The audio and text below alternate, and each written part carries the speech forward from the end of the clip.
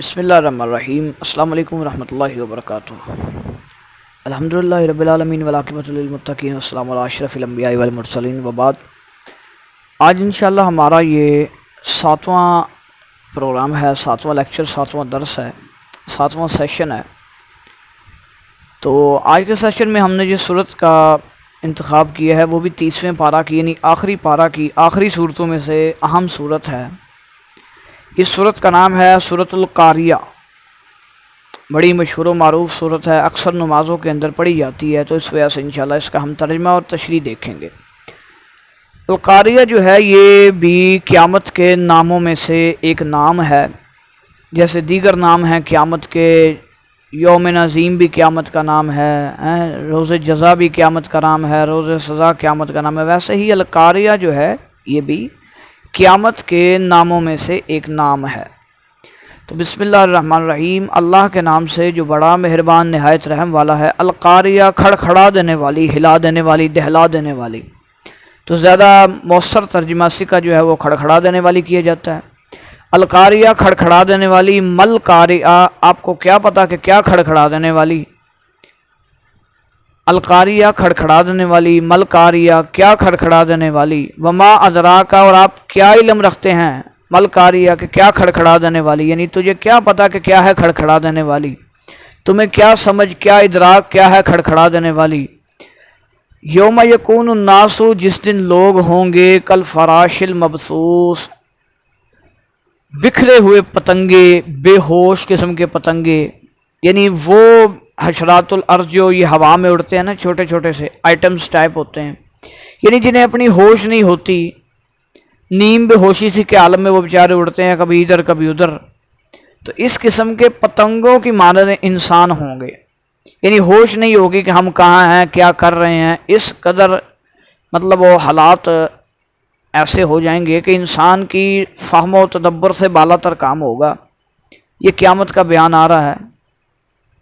وَتَكُونُ الْجِبَالُ، اور پہاڑ ہوں گے كَالْعِهْنِ الْمَنْفُوشِ، جیسے دھنی ہوئی روئی ہوتی ہے، دھنی ہوئی روئی ہوتی ہے۔ روئی جو ہے یہ جب جسے پینجا ہم کہتے ہیں، روئی کا پینجا یعنی روئی کی مشین جس میں سے روئی کو سافٹ بنایا جاتا ہے، کپاس کو، اس میں سے جب روئی نکلتی ہے تو آپ پھونک بھی ماریں تو روئی اڑتی ہوئی کہیں کی کہیں چلی جاتی ہے۔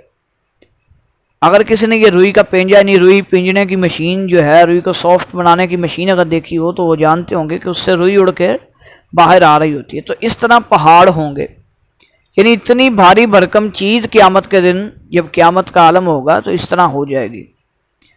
تو اس وقت میں ہوگا کیا؟ فَأَمَّا مَنْ ثَقُلَتْ مَوَازِينُهُ، پس رہا وہ جس کے میزان بھاری ہوگا، یعنی جس کا ترازو بھاری ہوگا، مطلب کہ نیکیاں بھاری ہوں گی، اچھے اعمال بھاری ہوں گے، نیک اعمال زیادہ ہوں گے، اخلاقیات میں اچھائی زیادہ ہوگی۔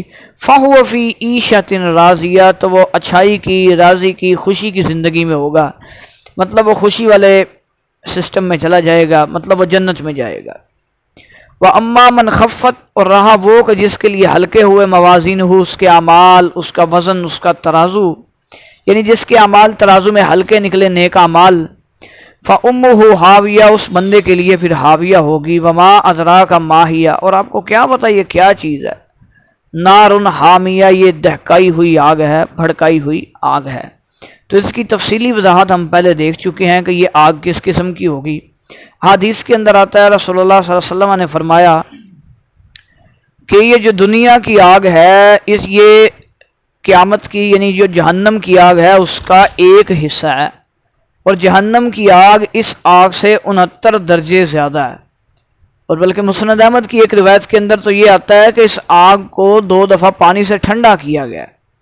اب پانی سے بجھا دینے کے بعد جتنی تپش اس آگ میں ہے تو آپ خود سمجھدار ہیں کہ وہ آگ کا کیا عالم ہوگا۔ اور ایک روایت کے اندر آتا ہے کہ یہ جو گرمی اور سردی ہے یہ من فیح جہنم ہے، یعنی جب جہنم گہرا سانس باہر کو نکالتی ہے تو دنیا والوں کے اوپر پھر گرمی طاری ہو جاتی ہے، یعنی گرمی کا موسم آ جاتا ہے۔ یہ جہنم کا سانس ہے۔ اب اس کا سانس اتنا خطرناک ہے، اتنا سخت ہے، تو یہ خود کیسی خطرناک اور سخت چیز ہوگی، تو اللہ تعالیٰ اس سے محفوظ فرمائے۔ صحیح، دوسرے نمبر پہ آج ہم جو حدیث شریف کا جو ہم نے سیشن رکھا ہے اس کے اندر ہم استخارہ کو دیکھیں گے کہ استخارہ جو ہے یہ کیا چیز ہے۔ ہمارے ہاں آن لائن استخارے لوگ کر رہے ہیں، کوئی ٹی وی پہ ڈرامے بازی کر رہا ہے، کوئی کسی طرح کر رہا ہے، کوئی کسی طرح کر رہا ہے، جبکہ جو پیٹنٹ استخارہ ہے وہ مشکات شریف کی ایک روایت ہے، باب التطوع کے اندر آتی ہے، نفل جو چیزیں ان کے اندر آتی ہے۔ سیدنا جابر رضی اللہ تعالیٰ عنہ اس روایت کو روایت فرماتے ہیں، یعنی حدیث کو بیان کرنے والے جو صحابی ہیں وہ حضرت جابر رضی اللہ تعالیٰ عنہ ہیں۔ فرماتے ہیں کہ رسول اللہ صلی اللہ علیہ وسلم ہمیں اس طرح استخارہ کی دعا سکھاتے جیسے کسی کو عام چھوٹے چھوٹے اعمال نماز وغیرہ سکھائی جاتی ہے، نماز کی دعائیں سکھائی جاتی ہیں، قرآن مجید وغیرہ سکھایا جاتا ہے، یعنی اتنا عام کر کے لوگوں کو سکھاتے تاکہ ہر بندے کو، ہر صحابی کو یہ دعا آتی ہو۔ اب استخارہ کا مطلب کیا ہوتا ہے؟ استخارہ کا مطلب یہ ہوتا ہے کہ اللہ تعالیٰ سے یہ مشورہ کرنا ہے کہ اللہ جو چیز ہمارے لیے بہتر ہے تو ہمارے لیے وہ کر دے۔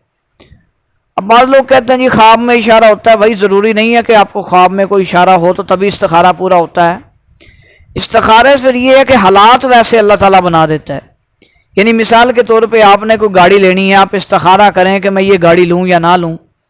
اب اگر تو وہ گاڑی آپ کے لیے بہتر اور مؤثر اور مفید ہوگی تو اللہ تعالیٰ آپ کے لیے اس کو لینے کے حالات پیدا کر دے گا، اگر وہ آپ کے لیے مستفید نہیں ہوگی تو اللہ تعالیٰ حالات اس کے اپوزٹ بنا دے گا۔ تو یہ ہوتا ہے استخارہ۔ اب استخارہ کا طریقہ کیا ہے؟ اسی حدیث میں بیان ہوا ہے، اللہ کے نبی صلی اللہ علیہ وسلم نے فرمایا کہ جس نے کوئی ایسا استخارہ کرنا ہو وہ سب سے پہلے 2 رکعت پڑھے، اس کے بعد وہ دعا کرے۔ اب وہ دعا کون سی کرے گا؟ اللہم انی استخیرک بعلمک، یہ پوری دعا جو ہے یہ پیارے رسول کی پیارے دعاؤں کے اندر لکھی ہوئی ہے، جس کا ہم پہلے 2 دفعہ یہاں پہ تذکرہ کر چکے ہیں، تو انشاءاللہ اس کا لنک گروپس میں بھی دے دیا جائے گا، اور اگر آپ یوٹیوب پہ ویڈیو دیکھ رہے ہیں تو وہاں پہ بھی اس کی ایپ کا لنک ڈال دیا جائے گا، وہاں سے آپ دیکھ کے پوری دعا پڑھ سکتے ہیں۔ آپ 1 دفعہ استخارہ کریں، 2 دفعہ کریں، 3 دفعہ کریں، 5 دفعہ کریں، جب تک کہ آپ کا معاملہ آپ کے لیے آسان نہ ہو جائے تب تک آپ کرتے رہیں۔ اور پھر جس چیز کے اندر استخارہ کر لیا جائے اللہ تعالیٰ کی طرف سے پھر اس میں رحمت اور برکت بھی ہو جاتی ہے، کیونکہ جب رب سے ہی مشورہ کر لیا تو کام تو سارا اسی نے کرنا ہے۔ ہمارے ہاں لوگوں نے اپنے اپنے کاروبار استخارہ کے نام پہ بنائے ہوئے ہیں، وہ کہتے ہیں جی اپنا نام بتاؤ، اپنی والدہ کا نام بتاؤ، ایسے وہ بتانے والے ہیں جو اپنی ماں کا نام بتا دیتے ہیں۔ کوئی مجھ سے پوچھے میں تو نہیں کم از کم بتاؤں گا، اس طرح کی حرکت میں تو نہیں کروں گا۔ تو بھائی یہ جو شعبدہ باز ایسے لوگ ہیں ان سے بچنا چاہیے، اور جو قرآن و حدیث نے عمل جو دے دی ہے بس وہی کافی ہونا چاہیے، اسی پہ عمل کرنا چاہیے۔ اب جب اللہ کے نبی نے ایک طریقہ بتا دیا ہے کہ یہ دعا پڑھ کے استخارہ کرو، تو ہمیں کیا ضرورت ہے ان کو 500,000 خدمت پیش کر کے ان سے استخارہ کروانے کی؟ اور ساتھ میں یہ کیسے استخارہ کر کے دے سکتے ہیں کہ لکھی پڑھی سی بات ہے، بس اسی پہ وہ سارا ڈرامہ انہوں نے چلایا ہوا ہے۔ کافی دیر پہلے کی بات ہے، کتاب میرے ہاتھ سے گزری، تو ان دنوں میں کچھ دوست بتا رہے تھے کہ جی فلاں ہم نے بندہ دیکھا ہے، وہ پورا جناب ایسا قسمت کا حال بتاتا ہے کہ بندہ حیران دنگ رہ جاتا ہے۔